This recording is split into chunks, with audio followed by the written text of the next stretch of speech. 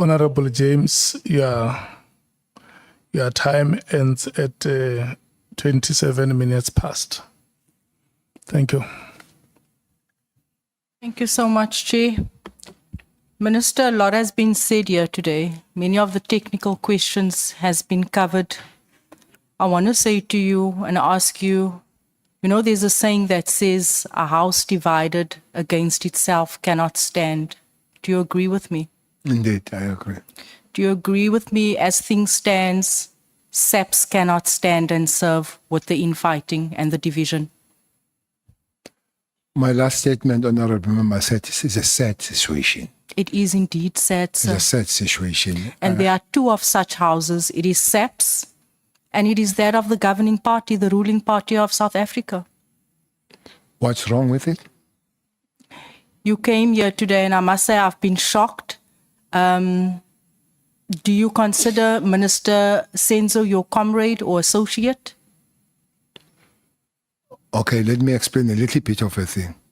Cele is not an ANC. As an organization, is an individual. Mkhunu is an individual. So if Cele and Mkhunu, they don't see eye to eye, if they don't, it's got nothing to do with an ANC when it comes to that one. The question direct, he's my comrade. I'm clear, thank you. I want to ask you, Minister, roughly how many times did you make contact directly with Kat Matlala? You mean talking to him? I think it should be 4 times altogether. 4 times. How many times did he contact you?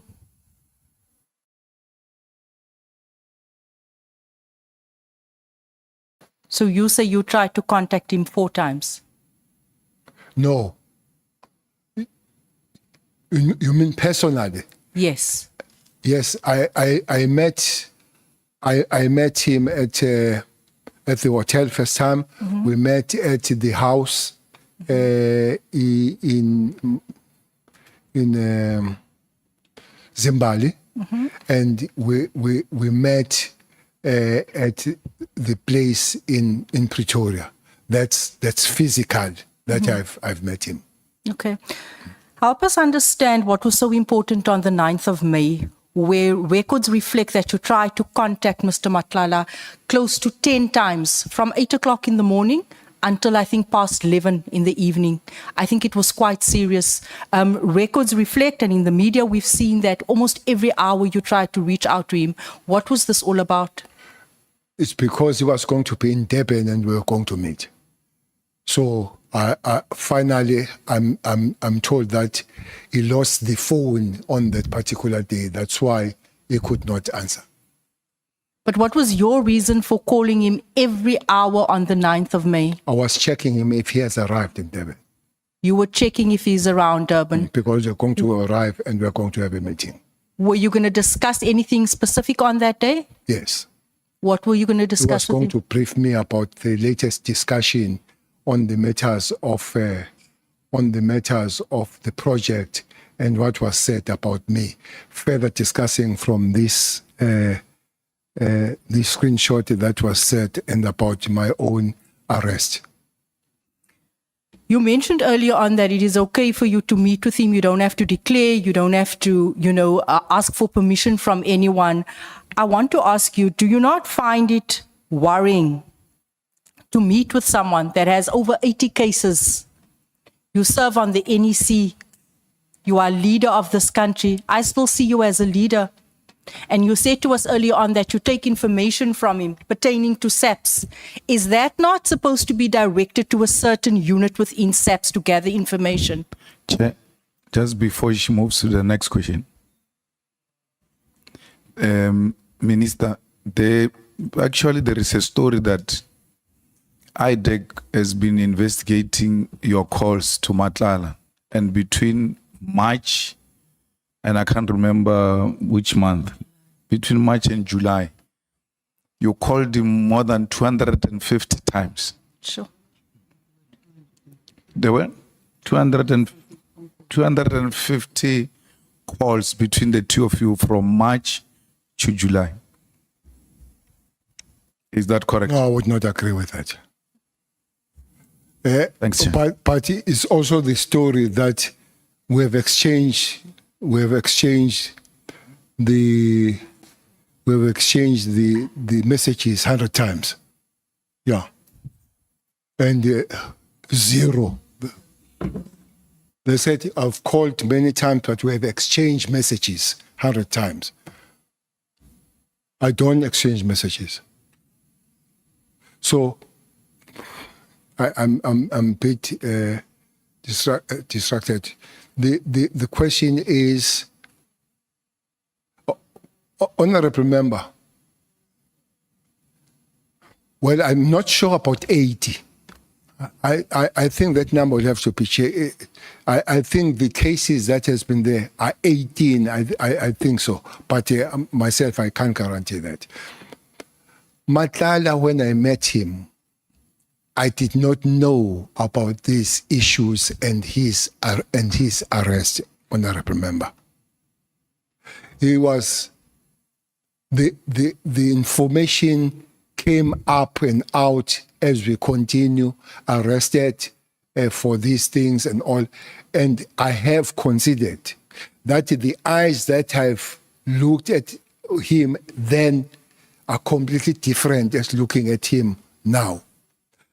But me not declaring yes, I don't declare anymore who do I meet, and I guess I would have declared to sleeping in his house because it's a free piece that the ethics says we must declare those things. Would you do the same things now that you know? No, I'll be more circumspect. Is that the word? I'll be more circumspect that I have that information now.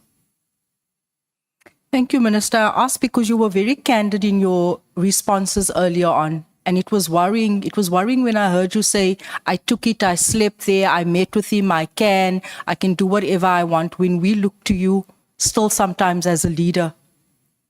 No, I was answering, if it came with that arrogance, surely it came very, very bad. But I was answering on the question of being a minister and being a public representative, that there are things that you can't do, like doing things and not report. Yeah. Not just because I believe it's correct, I can do as I wish. Human beings are not allowed to do as they wish. They've got some limits to whether you're a minister or not. Hence, I come to this statement, Honorable Member, that says, knowing what I know now, I guess I would behave differently than the time when I didn't know anything. Definitely. Thank you, Minister, because I'd like to believe that our actions are guided by our morals and our principles. And this is why I ask this question. It is concerning the amount of times that you called Kat Matlala, because I tell you, it is around the same time his contract was actually cancelled by Minister Senzo. And this is why I ask. What do you mean by same time?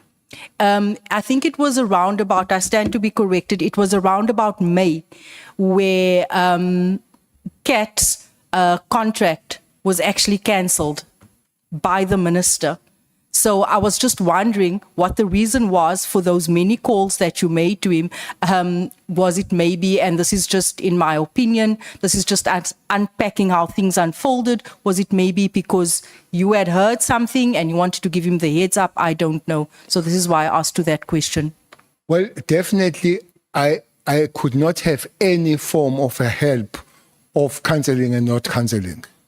Definitely, I could not have come close to the minister to cancel or not cancel. So it was not going to help me on that one, even if I knew that it was going to be cancelled or cancelled.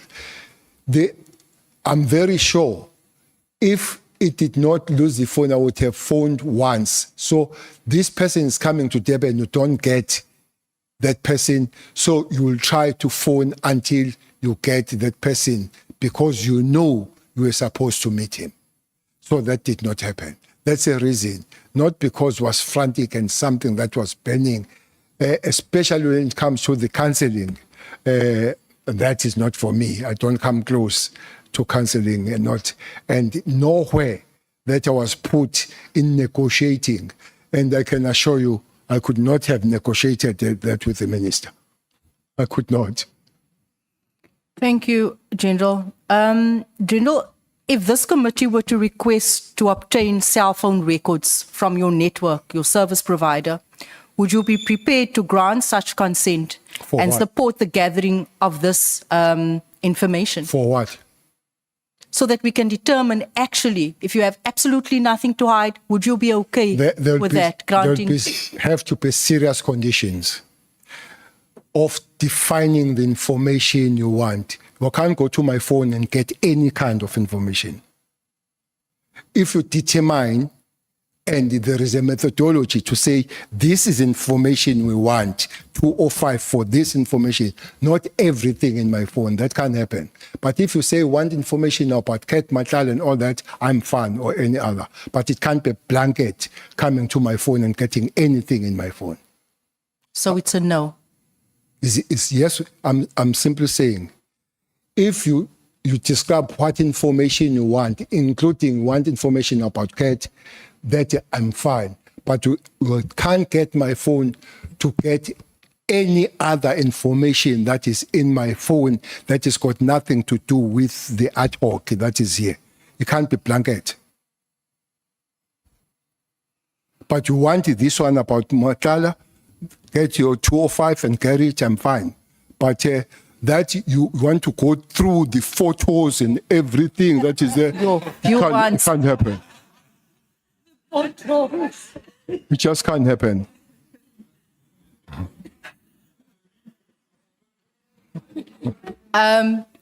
General, you earlier testified that you were aware of rumors, reports suggesting that General Sibia, and you know how I feel about this, that General Sibia runs with drug dealers. To the best of your recollection, where did you first hear these allegations? And do you believe that there's any credibility to them? Because it is concerning, South Africa is burning, and we need to identify these drug cartels and who's linked to them. Well, I agree. It's really concerning.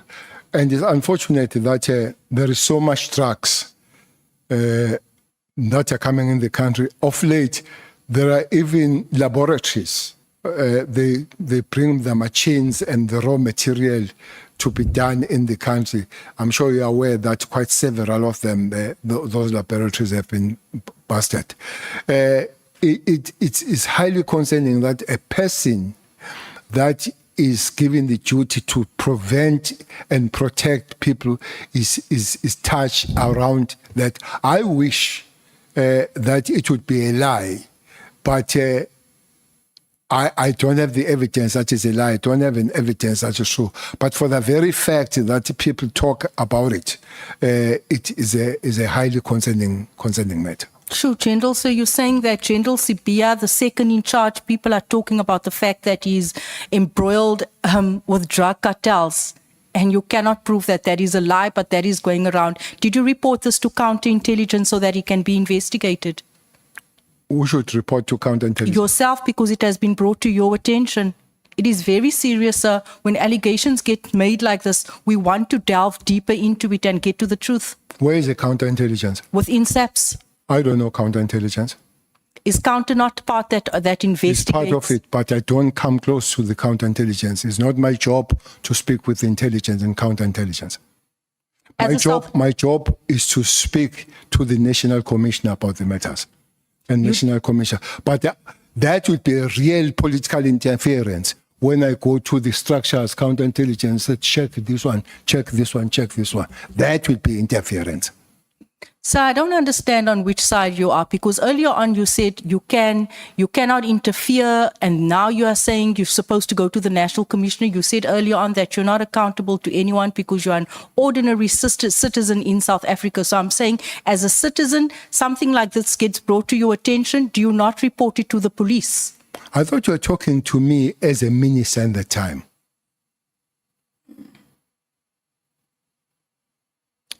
irrespective. That if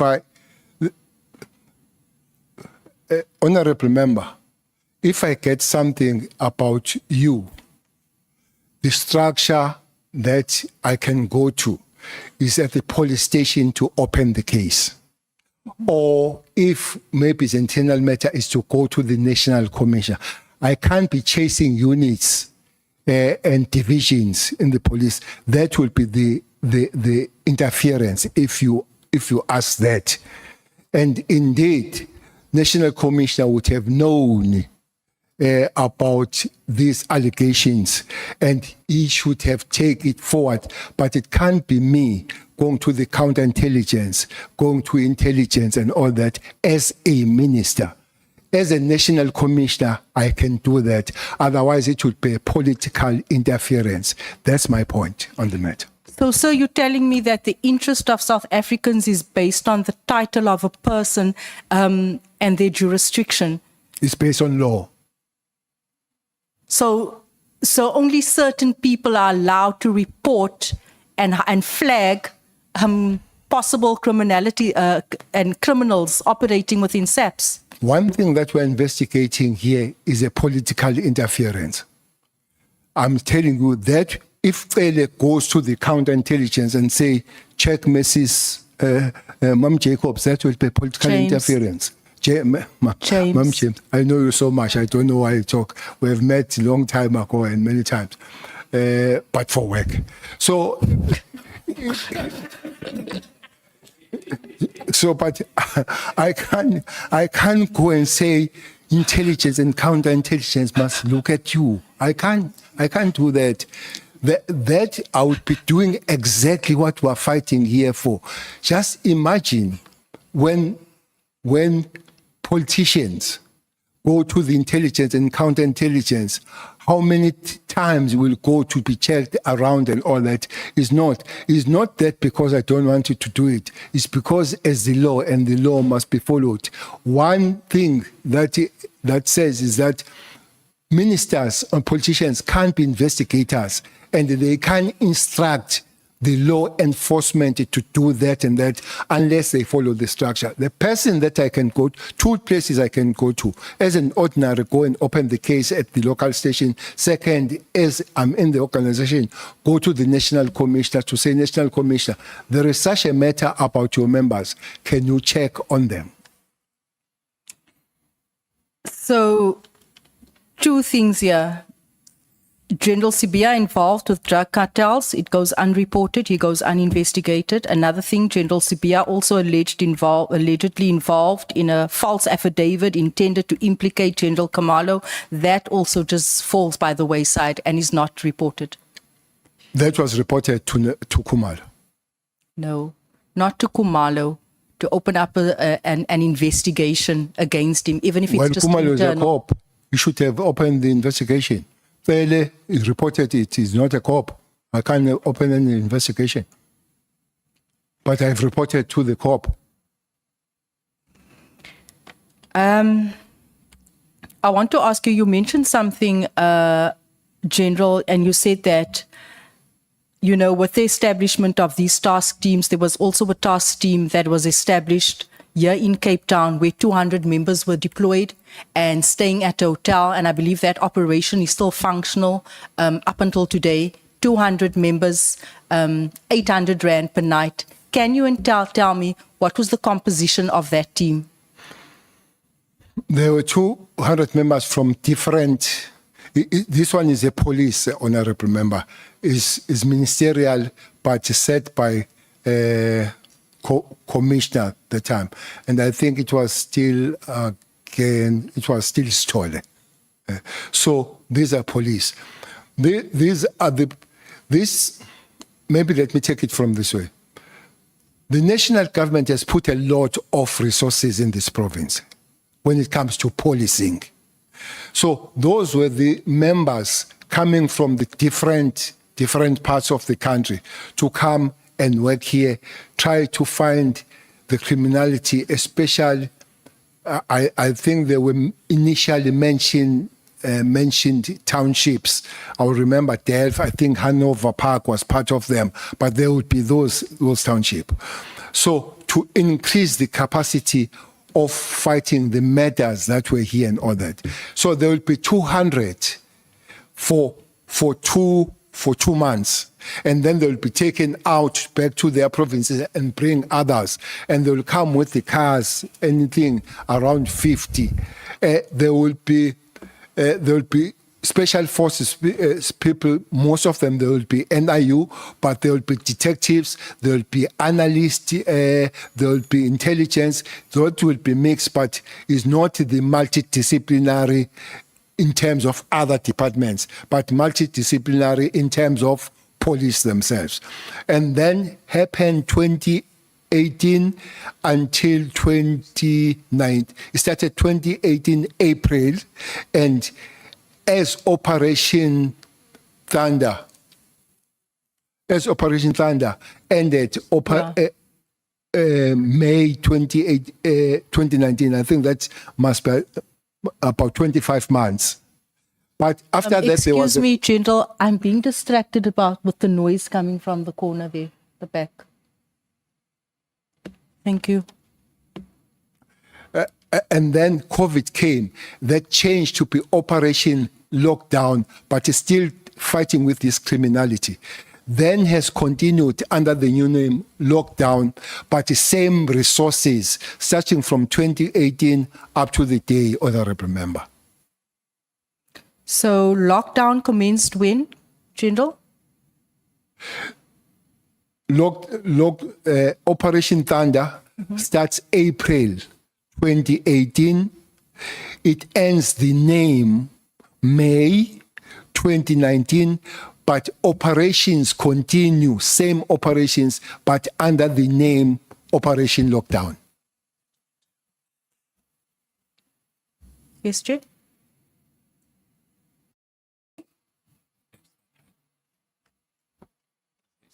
I'm not sure what you're trying to say, Chair. Time.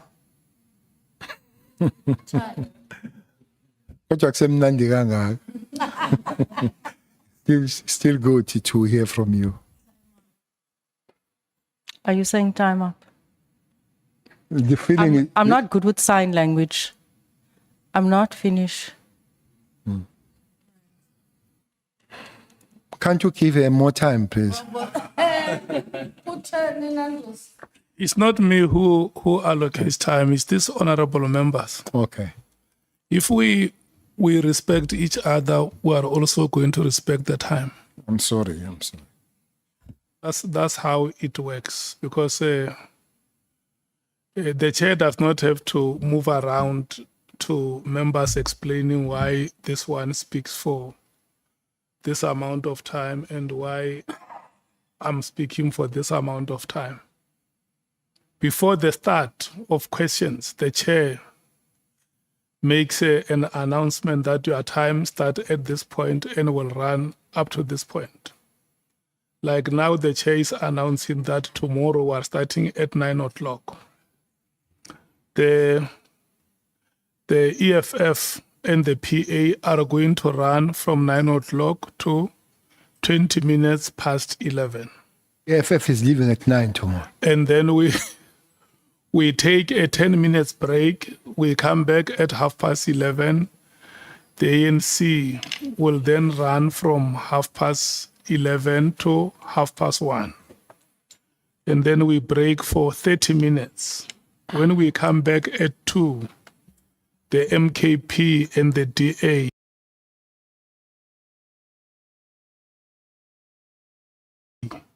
will take us to the finishing line at 4 o'clock. Thank you so much, honorable members. We have unfortunately come to the end of today's proceedings.